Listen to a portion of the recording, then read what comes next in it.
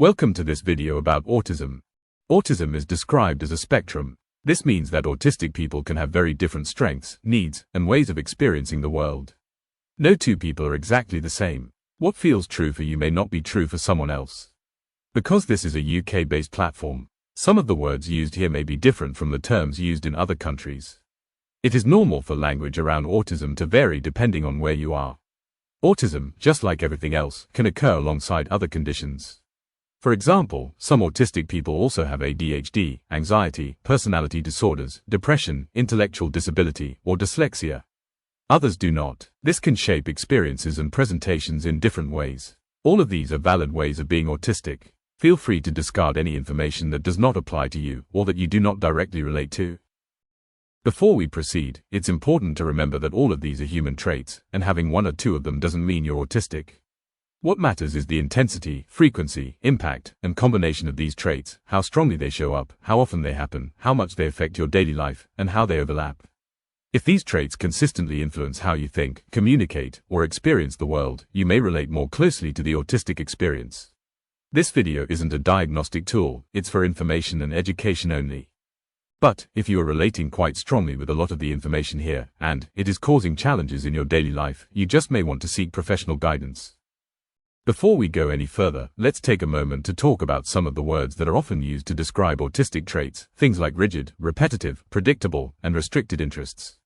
These words show up a lot in diagnostic manuals, but they don't always reflect what the experience actually feels like for the person living it. It's also worth saying that these traits don't necessarily happen all the time. They might show up more strongly in certain environments, under stress, or when your support needs aren't being met. And for people who've gone undiagnosed for years, you might have developed strategies, tools, or habits that help you compensate, which can make these traits harder to notice on the surface. If you need to work around something just to make it manageable, that in itself can be a sign of difference. Think of it like this: you might be perfectly capable of navigating to a new place, but only if you use Google Maps or a sat-nav. Without it, you might get lost, disoriented, or panicked, even on familiar routes. Or you might love busy social settings like clubs, bars, or parties, but find that you rely on alcohol, caffeine, or adrenaline to tolerate the noise, movement, and unpredictability.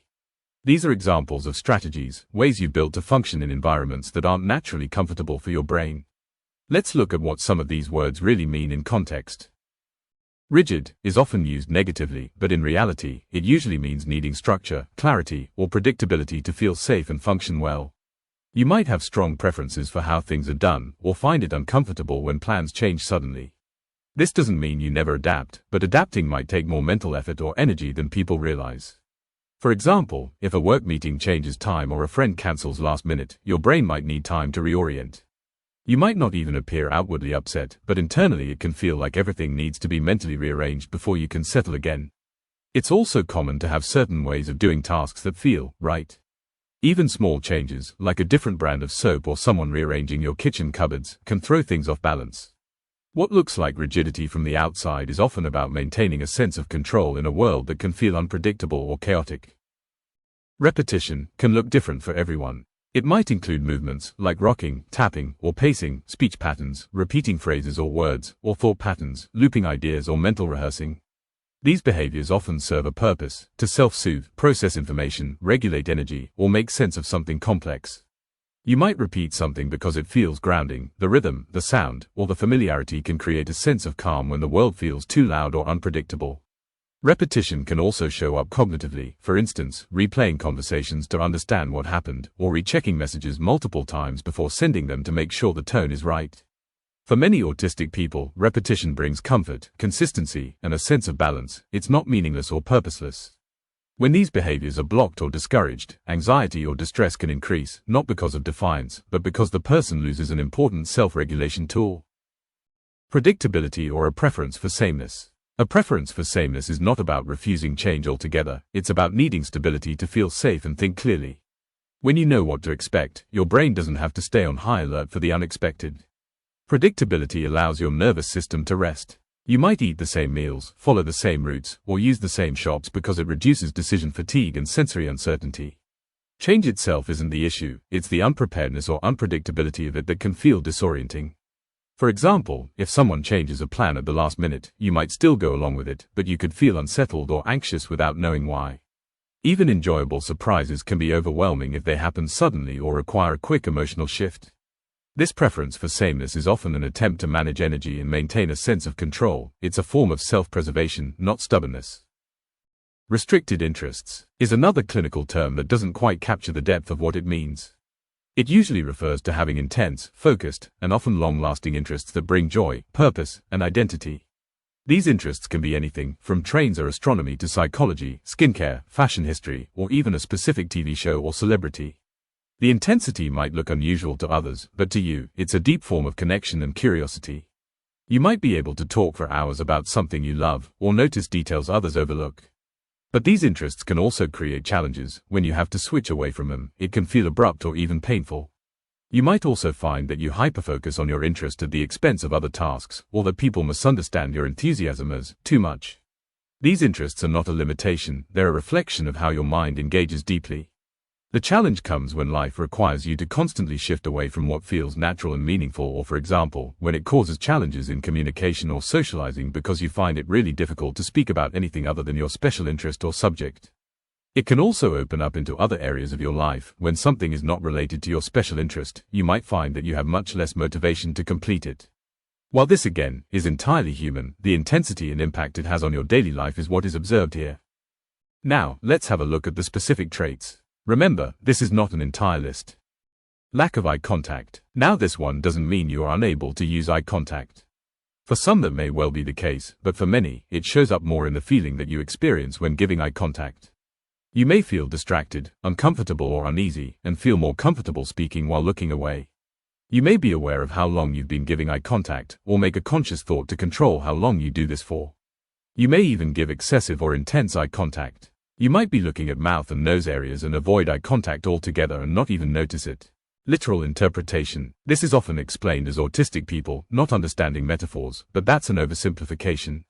Many autistic people do understand metaphors, especially ones they've encountered often.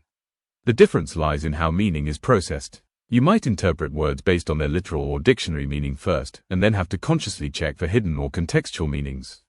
It can show up in moments like sarcasm. For example, someone says, "Oh great, another Monday," and you reply, "It's actually Tuesday," not realizing they were being sarcastic, because many people describe Monday as the worst day of the week because it means back to work, until they clarify, "I know, I was joking." Another version appears in language precision. You might notice when someone uses a word incorrectly and feel an urge to look it up or correct it. This often relates to predictability and clarity, not a lack of humor or intelligence. Contextual language, where tone, setting, and relationships change meaning, can feel unreliable. Preferring literal communication simply means valuing clear, consistent meaning. Processing delay. This doesn't mean you're slow or less intelligent. It means your brain takes time to process complex sensory, emotional, or verbal information. You might find that during fast-paced conversations, responses come to you after the moment has passed, leading to delayed wit. You might think of the perfect reply 5 minutes or even hours later. This can also happen with instructions. You might need a quiet moment or visual notes to fully absorb what's been said.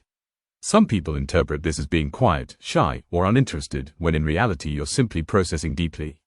Many autistic people describe their thoughts as layered, needing time to sort through multiple simultaneous inputs before speaking. This delay can also happen with emotions. For example, someone might make a comment or behave in a way that you overlook in the moment, then later, when your brain has had time to process, you realize that it was actually very hurtful. This isn't overthinking, it's how your brain pieces together meaning after it's had space to fully analyze what happened. Sometimes emotional realization arrives after cognitive understanding. Sensory sensitivity. Sensory sensitivity is one of those traits that's easy to misunderstand. It doesn't necessarily mean you can't handle certain sounds or textures, it's more that your nervous system filters information differently. You might be fine with certain noises or sensations at one time, but find them completely overwhelming at another. Maybe you're okay with loud music when you choose it, when it's your playlist, your headphones, your timing. It might even be a way to regulate or release emotion. But if that same level of noise happens suddenly and without warning, it can feel completely different, more like being sprayed by a fire hose when you were expecting a gentle shower. That's really the key difference: control and predictability. When you can control the sensory input, it can feel grounding or energizing. But when it happens unexpectedly, it can quickly lead to sensory overload. You might also notice this with clothing, lighting, or textures. Tags, bright lights, rough fabrics, or strong smells can drain your energy or shift your mood without you realizing why. It's not about being picky, it's about understanding what your body and brain can comfortably process and creating an environment that supports that. Sensory sensitivity shows up in other things too, like food. This can also show up with food. It's not just about taste, it's about texture, smell, temperature, or even the sound of chewing. You might have a small list of safe foods that you return to often. These foods tend to be familiar and consistent. You know exactly how they'll taste, smell, and feel every time. For many autistic people, this predictability is just as important as the sensory comfort itself.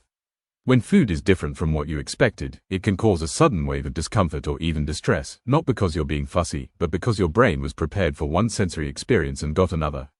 For example, if your usual meal tastes slightly off, or the texture changes, that small difference can be surprisingly hard to tolerate. Choosing the same foods regularly can be a way of maintaining predictability and emotional safety around eating. It's not about control, it's about protecting yourself from unpleasant or unpredictable sensory experiences.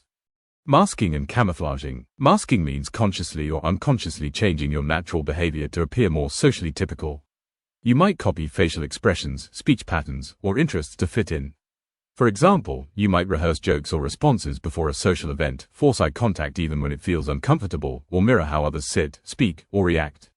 Sometimes you might study other people's facial expressions or tone so you know how to respond appropriately next time, almost like learning a language by observation. You might plan what to say in advance, or replay past interactions afterwards to figure out what went wrong. In conversations, you might smile or laugh when others do, even if you're not sure why, just to blend in and avoid standing out. You might find yourself looking around the room at other people's reactions prior to reacting yourself. You might suppress natural movements like fidgeting, rocking, or hand flapping, or replace them with smaller, more acceptable gestures like tapping your foot or twirling jewelry. Some people mask by overcompensating socially, becoming overly chatty, friendly, or helpful to avoid seeming awkward or distant. Others might take on a social persona that feels more acceptable, such as acting more confident, bubbly, or detached than they actually feel. You might even change the way you dress, style your hair, or carry yourself to blend into different environments, for example, trying to appear more professional or relaxed, depending on the setting.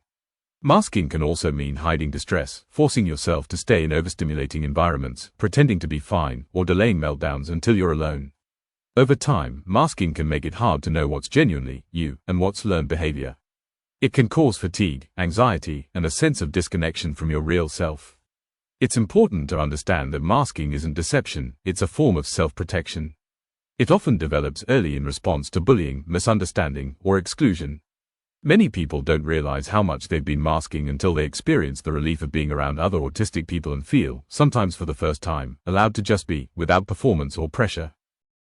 Monotropism, deep focus. Monotropism describes a way of thinking where your attention naturally flows toward one thing at a time, often very deeply.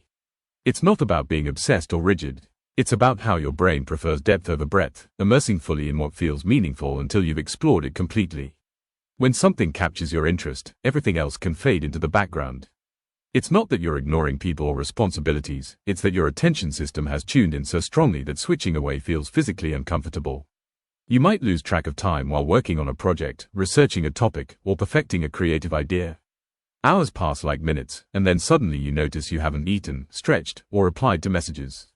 When you're interrupted mid-focus, it can feel like being jolted awake, not because you're rude or inflexible, but because your brain was fully immersed and now has to climb back out. For example, if you're writing, gaming, coding, or drawing and someone starts talking to you, you might not even register their voice right away.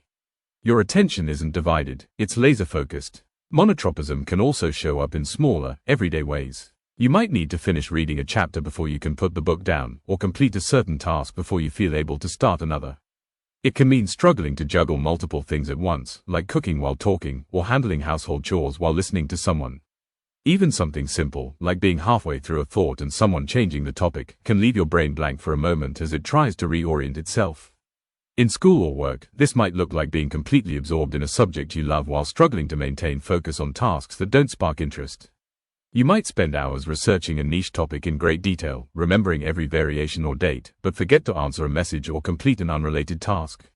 For some people, their focus shifts in phases, where one topic or interest becomes all-encompassing for a while before naturally giving way to the next. While this deep focus can be incredibly fulfilling, it also comes with real challenges. The rest of the world rarely pauses to match your pace, so switching contexts on demand can cause frustration, stress, or even shutdown. Others might see you as distracted, unmotivated, or disorganized, when in reality your energy is already being used at full capacity in one direction. It can make daily routines feel inconsistent, some days highly productive, others scattered, depending on what your focus has locked onto. This intensity can also lead to burnout, especially when life demands constant multitasking, flexibility, or quick shifts of attention that don't match how your mind naturally works. At the same time, that same focus can allow for extraordinary depth, creativity, and persistence. You might notice connections others miss, or develop skills to a remarkable level simply because you had the space to follow your curiosity all the way through. Monotropism is both a strength and a challenge. Just like all of the differences autistic people experience, it shapes how you think, feel, and function. Meltdowns. A meltdown is an intense response to overwhelming stress, sensory, emotional, social, or cognitive overload that builds until your nervous system can't take in or process anymore. It's not a tantrum or a loss of control in a moral sense, it's your body's way of discharging the overload that your brain can no longer contain. You might feel it coming like pressure building inside you, irritability, confusion, tears, shaking, or a tightening in your chest. Sometimes you don't feel it coming at all, it just erupts. From the outside, it can look like shouting, crying, pacing, hitting objects, or escaping from a situation abruptly. But internally, it can feel like being trapped in a storm. Everything feels too loud, too bright, too close, and too much. Your thoughts might stop making sense. Speech can become jumbled or disappear completely. You might experience panic, anger, despair, pure overwhelm, and sometimes all of these at once. A meltdown is your nervous system's emergency release valve, a physiological reaction, not a behavioral choice. It can happen after a buildup of stressor, not just from one big event. For instance, a loud environment, bright lights, difficult social interactions, and emotional pressure might all add up until one small thing tips everything over. Afterwards, you might feel completely drained, foggy, shaky, or even ashamed, especially if it happened around others who didn't understand. You might find yourself apologizing, trying to explain, or downplaying it to avoid judgment. Many autistic people describe feeling calmer or more clear-headed after a meltdown once their system resets. It's the body's way of saying, that was too much. You might recognize the feeling, like a kettle boiling or a volcano erupting, or you might go straight to meltdown mode without even recognizing those initial signals. Most people describe it like a complete loss of control, almost similar to blacking out in sheer overwhelm, and an inability to rationalize or calm down before erupting. You might also think to yourself, this is not me, and feel very guilty afterwards in a state of post-meltdown depression. Shutdowns. A shutdown is another form of overload, but instead of energy exploding outward, it turns inward. It's like your brain hits a circuit breaker, too much input, too much stress, and everything begins to power down to protect itself. You might suddenly feel disconnected, frozen, or muted. Speech can disappear, movement can slow down, or your body might feel heavy and distant. You might want to respond but can't find the words. Or you might know what you need but be unable to ask for it. From the outside, this can look like going quiet, zoning out, withdrawing, or seeming emotionless.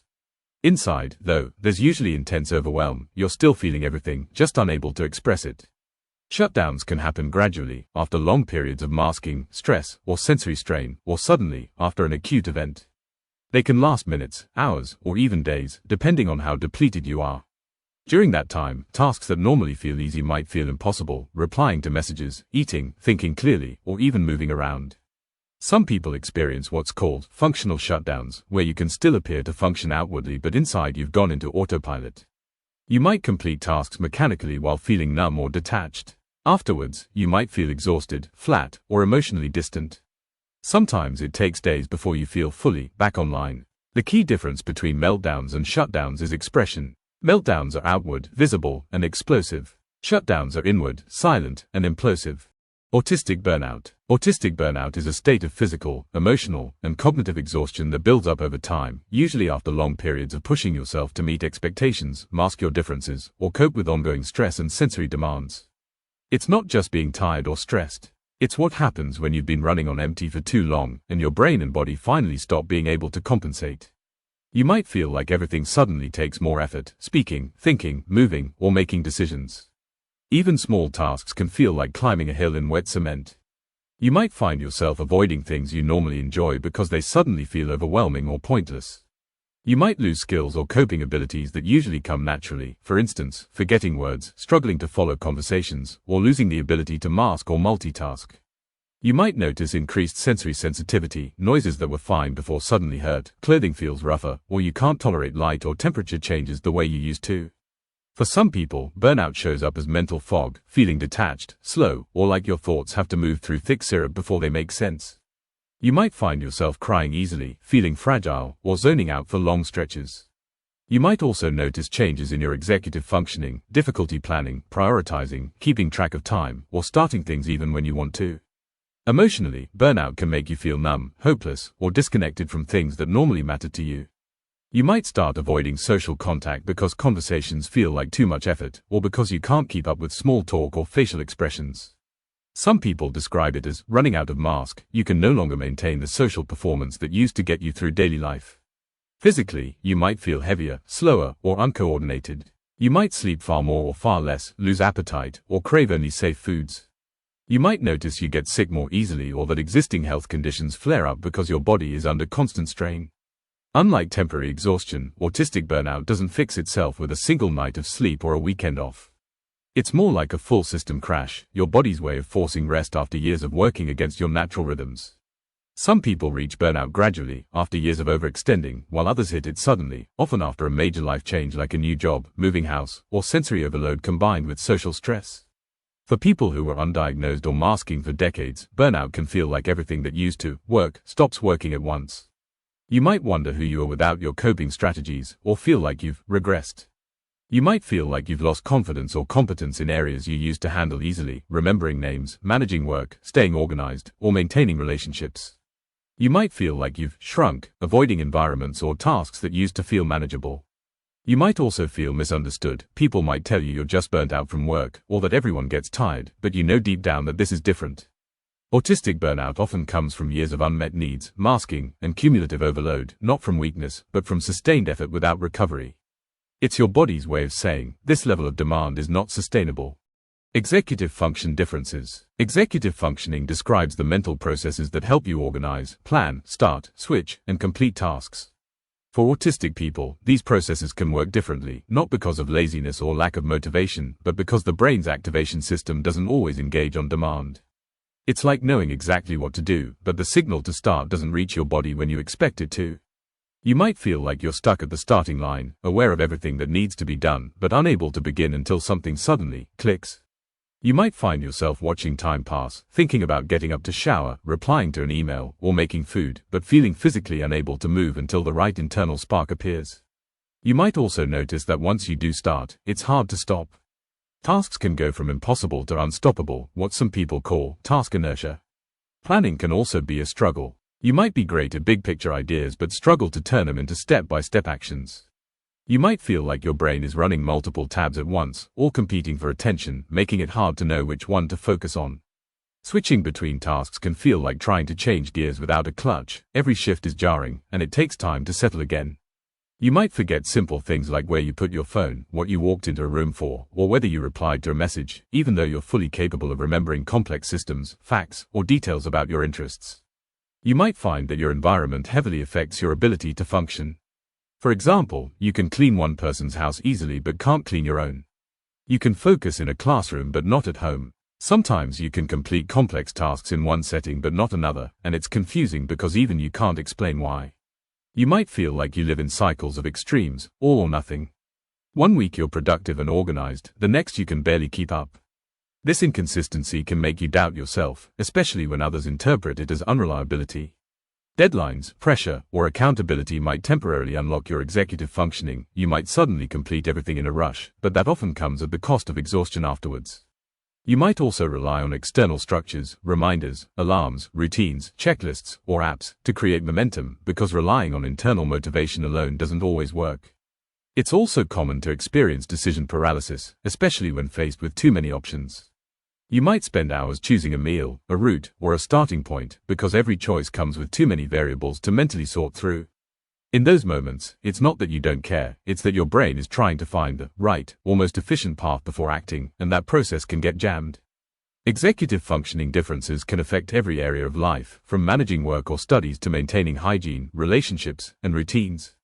You might appear high functioning in one area, like work, but completely struggle in another, like housework or cooking. The difference isn't effort or care, it's the invisible energy cost of managing multiple mental systems at once. Many autistic people describe executive function challenges as frustratingly inconsistent. One day things flow effortlessly, the next day even simple tasks feel impossible. The difficulty isn't in understanding what to do, it's in being able to do it when you need to. These differences aren't about character or intelligence, they're about how your brain allocates attention, energy, and initiation, and how quickly those resources run out. Executive function differences can become gravely different if another condition is added to the mix too. Things such as ADHD, depression and anxiety, the most common co-occurring conditions for autistic people, can add a layer of intensity and struggle on top of what already challenges you. All or nothing thinking. All or nothing thinking means seeing things in clear categories, right or wrong, success or failure, safe or unsafe. It's a form of cognitive rigidity, not stubbornness, but your brain's natural drive to create structure and certainty. When the world feels unpredictable or inconsistent, your mind tries to simplify it into something that feels understandable. You might find that you often need clarity or closure before you can move on. Ambiguity can feel deeply uncomfortable, like an unfinished loop that keeps spinning until it makes sense. You might replay conversations, decisions, or events to decide whether something was okay or not okay, rather than accepting that both could be true in different ways. You might notice this in everyday life. If you start a project and can't finish it the way you imagined, it might feel like you failed completely, even if you achieved most of what you set out to do. Or if you plan to eat healthily and then have one off meal, you might feel like you've ruined the whole plan. The same goes for social interactions. If someone doesn't respond warmly, you might feel instantly rejected. If they do, you might feel completely accepted. There's often little middle ground. This rigidity can make you decisive, principled, and consistent. You might have a strong sense of justice and integrity, and notice contradictions or hypocrisy immediately. But it can also make life harder in environments where rules constantly change, or where people communicate in shades of meaning instead of clear lines. Once self-awareness kicks in, and you find that you are able to recognize that multiple things can be true at once, it may create an additional layer of anxiety and guilt regarding past interactions where you have been adamant you were right and the other person was wrong, only to recognize that you were both right, you just had different ways of doing things. When things feel uncertain, your brain may jump to extremes because extremes feel more solid than ambiguity. Emotionally, this can look like living in cycles of extremes, being either fully engaged or completely withdrawn, highly productive or totally exhausted, deeply passionate or totally disconnected. You might find yourself pushing hard until burnout, then crashing, then pushing again, because moderation doesn't feel stable or natural. This kind of rigidity isn't a flaw, it's a coping mechanism that forms when clarity and predictability are essential for safety. But when the world rarely fits those clear rules, it can lead to frustration, self-criticism, or guilt, especially when you care deeply about getting things right. You might find yourself arguing with others to get things right or to correct inaccuracies, because not doing so feels dishonest or uncomfortable. You might struggle to accept that two people can hold different opinions and both be partly right, or that context can change what's true. You might feel like if someone makes a mistake, they're bad, or if you make a mistake, you're bad. In relationships, you might think that an argument means everything is over, or that disagreement means rejection. You might notice perfectionistic tendencies, redoing things repeatedly until they feel right, or avoiding tasks completely if you can't do them to a high standard. You might find yourself thinking in absolutes, always, never, everyone, no one, because certainty feels safer than ambiguity. Sometimes you might also hold yourself to impossible standards while being extremely forgiving of others, or vice versa, depending on where that need for order feels most protective. At its heart, all or nothing thinking is both a strength and a strain. It brings honesty, precision, and conviction, but it can also make flexibility feel threatening, cause a lot of arguments in social settings, create unrealistic expectations of both yourself and others, and prevent yourself from learning new things. Understanding it as a form of cognitive rigidity helps explain why it's so persistent. It's not about being inflexible on purpose, it's about how your mind holds on tightly when things feel uncertain. Rejection sensitivity. Rejection sensitivity means feeling intense emotional pain or anxiety in response to perceived rejection, criticism, or failure, even when that rejection might not actually be happening. It's not about being overdramatic or needy. It's a response shaped by experience, especially for people who've spent years feeling misunderstood, excluded, or too much. You might find yourself replaying conversations for hours, analyzing tone, word choice, or facial expressions to work out if someone was upset with you. You might feel a sharp rush of panic or shame if someone doesn't reply to a message right away, or if their tone shifts slightly. Even neutral feedback, like a teacher or manager saying, "You missed this part," might trigger an immediate internal story that you've disappointed them or that they secretly dislike you. You might over-apologize or over-explain yourself to avoid misunderstandings, or become overly accommodating to keep peace in relationships. You might people please without realizing it, shaping yourself to what others expect, because the thought of rejection feels unbearable. In contrast, you might also withdraw completely, avoiding relationships, group settings, or risks, because it feels safer to not try than to risk being hurt. When rejection sensitivity is active, your body reacts as if rejection is a threat. You might feel your chest tighten, your stomach drop, or your face burn. The emotional reaction can be so quick and strong that logic doesn't have time to intervene, even if, later, you recognize that nothing was actually wrong. You might find that small misunderstandings feel catastrophic. For example, a friend cancels plans, and your mind immediately jumps to, they don't like me anymore. You make a small mistake at work, and your first thought is, I'm going to get fired. Someone seems distracted, and you start worrying that you've done something wrong. Over time, this can create a push-pull pattern. You want connection deeply, but the fear of being rejected makes closeness feel dangerous. You might find yourself testing relationships, pulling away first to see if people will follow, or trying to stay one step ahead of potential disappointment. Rejection sensitivity is especially common in autistic people because of years of chronic social mismatch, repeatedly being misunderstood, corrected, or excluded for reasons that never felt clear. You might have learned early on that your natural way of communicating or showing emotion didn't land the way you intended, so now every interaction carries a background hum of self-monitoring and fear. When burnout or exhaustion sets in, rejection sensitivity often intensifies because your ability to mask or rationalize becomes weaker.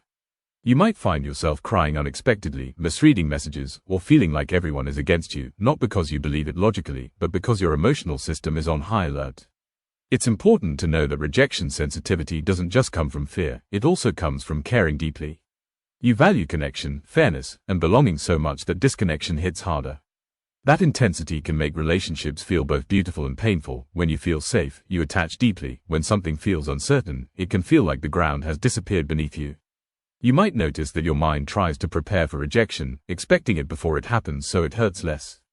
But that same preparation can make genuine closeness feel impossible. Need for verbal context. You might find that you understand and function best when things are clearly explained with detail and context, rather than vague instructions or implied meaning. It's not that you need things repeated or simplified, it's that your brain prefers information that is explicit, logical, and anchored in context.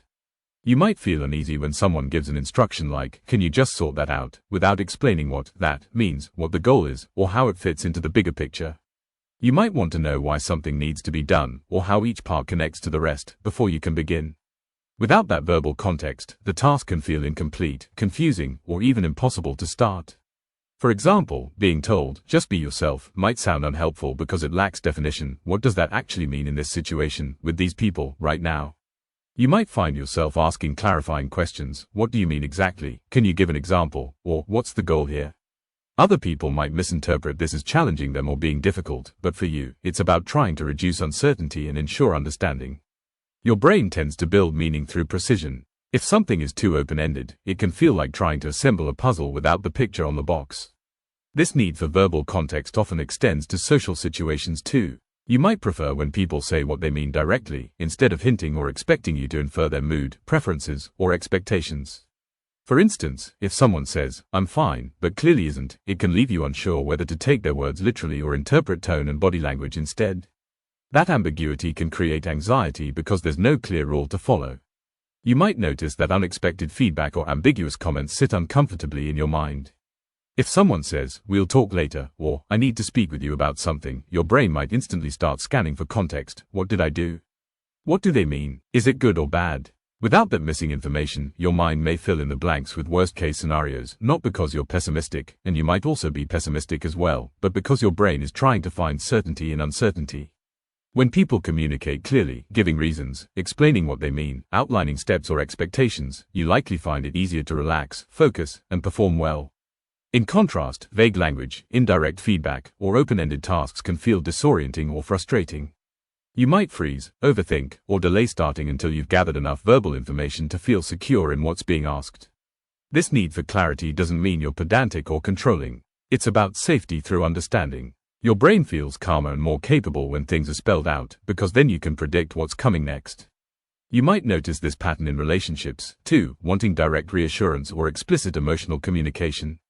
"I'm not upset with you," or "We're okay," can mean the difference between calm and spiraling.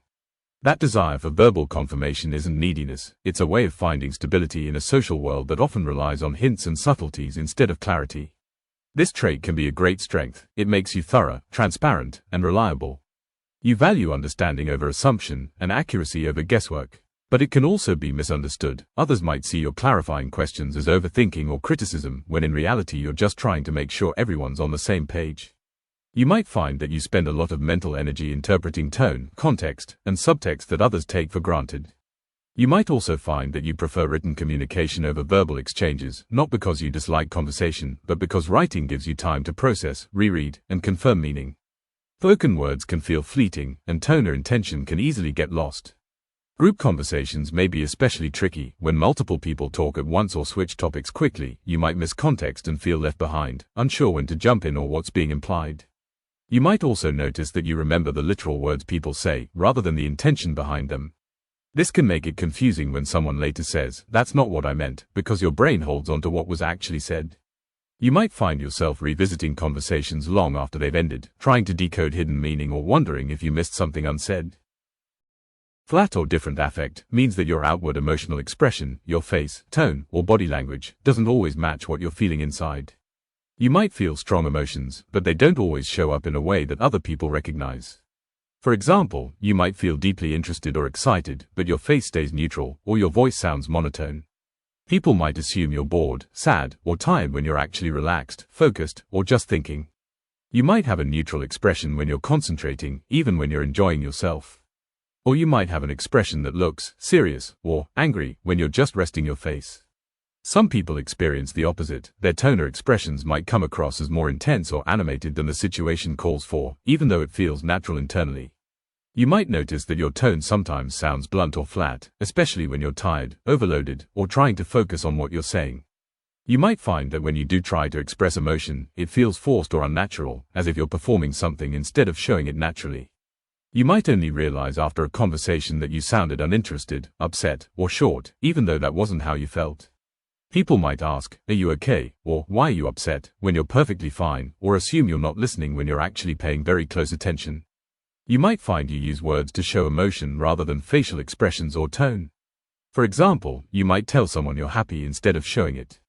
You might also find that when you're expressive, it doesn't always land how you expect. People might laugh when you're serious, or think you're exaggerating, and even when you're being sincere. Sometimes you can become animated and others may confuse it for aggression or argumentative, despite you not meaning this at all. This can make communication frustrating, especially if you're misunderstood often or feel pressure to act a certain way just to be taken seriously. You might find yourself practicing smiles, adjusting tone, or exaggerating reactions to make sure people know how you feel. This can be especially hard during stress or sensory overload, when even speaking might feel flat or disconnected from your feelings. Your emotions are still there, they just don't always show in typical ways. You might feel things very deeply inside but find that your face and voice don't match the intensity of what's happening internally. This difference can make you appear calm under pressure, even when you're anxious, or make people assume you don't care when you actually care a lot. It can also make emotional moments confusing, because others might expect visible signs of emotion, and when those aren't there, they may misread you completely. Honesty. Many autistic people describe themselves as very honest in the sense that their brain naturally responds to what's asked or said at face value. When someone asks you a question, you might assume they want a truthful answer, not a polite or softened one. For example, if someone asks, "Do you like my new haircut?" and you don't, you might say, "It's not really my style," because that's the truth to you. You might not realize that the other person was actually looking for reassurance, not a literal opinion. You might also find it hard to lie, even in small ways, because dishonesty can feel physically uncomfortable or pointless. Most people automatically filter their answers to fit what's socially expected, for example, saying, "It's lovely," even if they don't mean it. You might not always notice those hidden social expectations, and instead, you answer based on what was actually asked. This kind of honesty often comes from a mix of literal interpretation, missing subtle social cues, and a genuine desire to be accurate and sincere. If someone says, "Be honest," you probably will be, because to you, that sounds like a direct instruction, not a social phrase. You might also feel uncomfortable when other people say things they don't mean, like pretending to like someone or agreeing just to keep the peace. You might find yourself correcting someone when they get something wrong, not to be rude, but because the inaccuracy feels uncomfortable to leave unspoken. For example, if someone says, "I read that dolphins are fish," you might automatically reply, "They're mammals," even if it interrupts the conversation. You might also find it hard to judge when a truth might hurt someone's feelings, because your focus is on sharing accurate information, not managing emotional tone. People might describe you as blunt, serious, or too direct, even when your intention is to help or clarify. You might notice that you value honesty from others, too, preferring people who say exactly what they mean rather than those who hide meaning behind politeness. When people are indirect, vague, or say one thing but mean another, it can feel confusing or even dishonest. This difference can sometimes cause friction in relationships or workplaces, where white lies and softening are common and even expected. You might find yourself learning social rules about when to tell the full truth and when to hold back, not because it feels natural, but because experience has taught you what happens when you don't. You might also overthink how to word things, worrying that your honesty will come across as rude, even when you're just being factual. Sometimes, people interpret your sincerity as coldness, when in reality it comes from wanting to communicate clearly and avoid confusion. Your honesty might also mean you prefer direct feedback from others. You'd rather know the truth than be comforted with something that isn't real. Honesty for you isn't about being blunt, it's about valuing truth, clarity, and respect through accurate communication. It might not always fit social expectations, but it reflects integrity and a genuine desire to connect in ways that feel real. No filter. Another similar term to honesty is no filter. However, this is often more related to impulse and timing rather than what's truly correct or accurate, like in honesty. Having no filter means that you sometimes say things before you've had the chance to think about how they might sound or how they'll be received. You might notice something and comment on it straight away, without realizing it could come across as rude or blunt. For example, you might say, "You look tired today," or "That food smells strange," without any bad intention. You're simply describing what you notice. You might also share personal information openly, because it feels natural to be transparent, not realizing that others might see it as oversharing. You might give direct feedback or make observations that others would usually soften or keep to themselves. For example, you might tell someone, "That wasn't very organized," or "You've already told me that story," simply as a fact, not to criticize. Sometimes, this happens because your brain processes and responds quickly, and the words come out before the social pause happens. Other times, it's because you value honesty and clarity, and it doesn't always occur to you that saying something true might still upset someone. You might also miss subtle emotional cues that tell other people it's time to stop talking, change the topic, or adjust your tone. You might find that you notice small details that others don't, and you comment on them automatically. For example, pointing out that someone has food on their face, their voice has changed, or that something in the room has moved. People might sometimes describe you as blunt or tactless, but that's not your intention. You might be genuinely trying to help, to share information, or to connect through truth, but others might react as if you've said something wrong. You might only realize after the fact that what you said made someone uncomfortable, even though it seemed perfectly normal to you in the moment. You might also find that you interrupt conversations or change topics suddenly, because your brain jumps from one thought to another quickly and you want to say it before you forget. In these moments, you're not being thoughtless, your filter just works differently, or sometimes a little slower than your thoughts do. You might replay conversations later and realize that something you said sounded harsh or awkward, even though it wasn't meant that way. This trait can sometimes overlap with honesty, but it's more about timing and impulse. Your internal process moves faster than your social awareness does in the moment. You might find that this makes social situations unpredictable, because you can't always tell when a comment will be taken the wrong way. You might also find it frustrating that people care more about how something is said than what was actually true or helpful. No filter doesn't mean you lack empathy, it means you speak from observation and direct experience rather than from social guessing. Monologuing, one-sided communication. Monologuing, or one-sided communication, means that conversations can sometimes feel more like a stream of thoughts than a back-and-forth exchange. You might find yourself talking in depth about something you care about, without realizing that the other person hasn't had a chance to respond yet. This isn't because you don't care what others think, it's because your brain is focused on fully expressing the thought before it disappears. You might have a lot of information to share and feel a sense of urgency to get it all out before you forget something important. You might also find it hard to judge when someone wants to speak, or you might not notice the social cues that signal when to pause. For example, someone might nod or make a small sound to show they want to add something, but you might not catch that as a cue to stop. You might also find that you don't always notice when someone has lost interest or changed topics, because your focus is on the flow of your own thought. Sometimes, when you do notice, it might feel awkward to stop mid-thought, especially if your brain is still building the idea in real time. You might notice that you talk in long, detailed explanations, jumping between connected topics that make perfect sense in your mind, even if others find it hard to follow. People might interpret this as dominating the conversation, but for you, it's about sharing enthusiasm, making connections, and expressing ideas that feel important. You might also find that you don't always respond to small talk or fill a conversation the way others expect.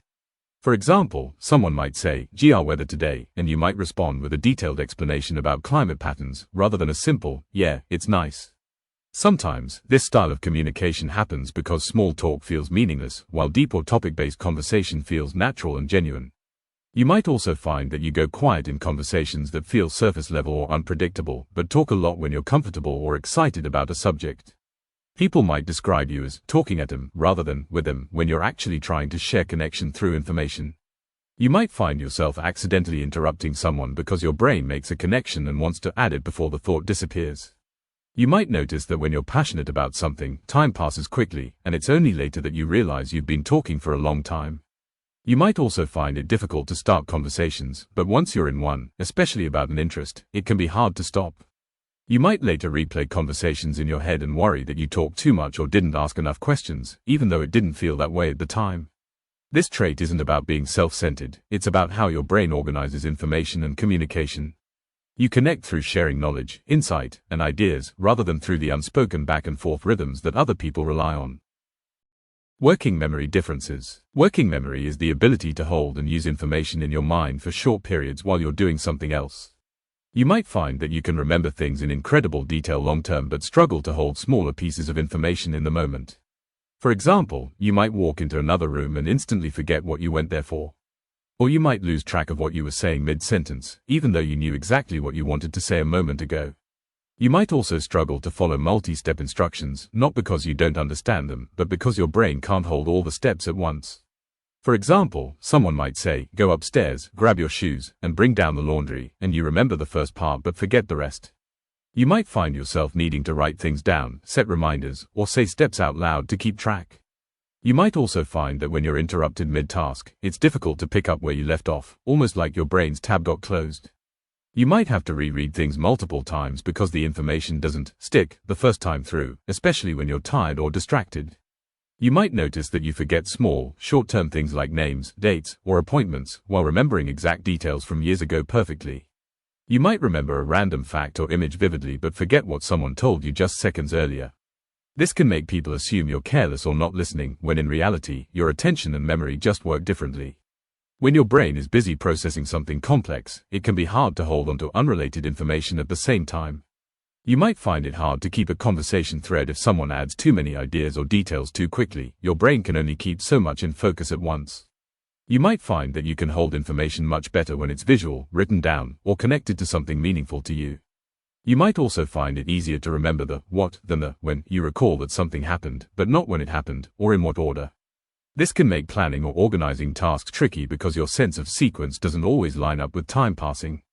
You might rely heavily on tools like notes, lists, alarms, or routines to help keep your working memory stable. Without them, you might feel disorganized or scattered, even when you know exactly what needs to be done. Working memory differences can make everyday tasks more effortful, but they don't mean you're forgetful or lazy. They just mean your brain handles information in bursts, not batches. Flat or different tone of voice. You might find that your voice doesn't always match the emotion you're feeling inside. You might sound serious or monotone when you're actually happy, interested, or relaxed. People might think you're upset, bored, or angry when you're not feeling that way at all. You might also find that your tone of voice changes in ways that sound different to others, maybe more formal, animated, or rhythmic than expected. Some people describe their speech as sounding flat, while others say it sounds too intense or too expressive for the situation. You might find that your tone shifts depending on how regulated you are. For example, you might sound more expressive when you're calm and more monotone when you're stressed or overloaded. You might not always realize how your tone sounds in the moment. Someone might tell you that you sounded blunt, annoyed, or sarcastic, and you might feel surprised because that's not how you meant it. You might find that you use words to express emotion instead of vocal tone. For example, saying, "I'm really excited," in a neutral voice. You might also find that you have a naturally formal or precise speaking style, which can make casual conversation feel a bit awkward or overly structured. You might mimic other people's tones or speech patterns when you feel unsure, using their rhythm as a guide for what's socially appropriate. If you've been masking for a long time, you might even have learned to perform tone, consciously adding excitement or variation to sound more natural. This can be tiring, especially when you're trying to focus on both what you're saying and how you're saying it at the same time. It doesn't mean you lack expression, it just means that your natural vocal pattern doesn't always align with what people expect to hear. Thank you for watching. We hope this helped you understand a little more about autistic traits and experiences. If you recognized yourself in any of these or want to share your own, we'd love to hear from you in the comments. Every story helps others feel seen and reminds us there's no single way to be autistic. Back to reality.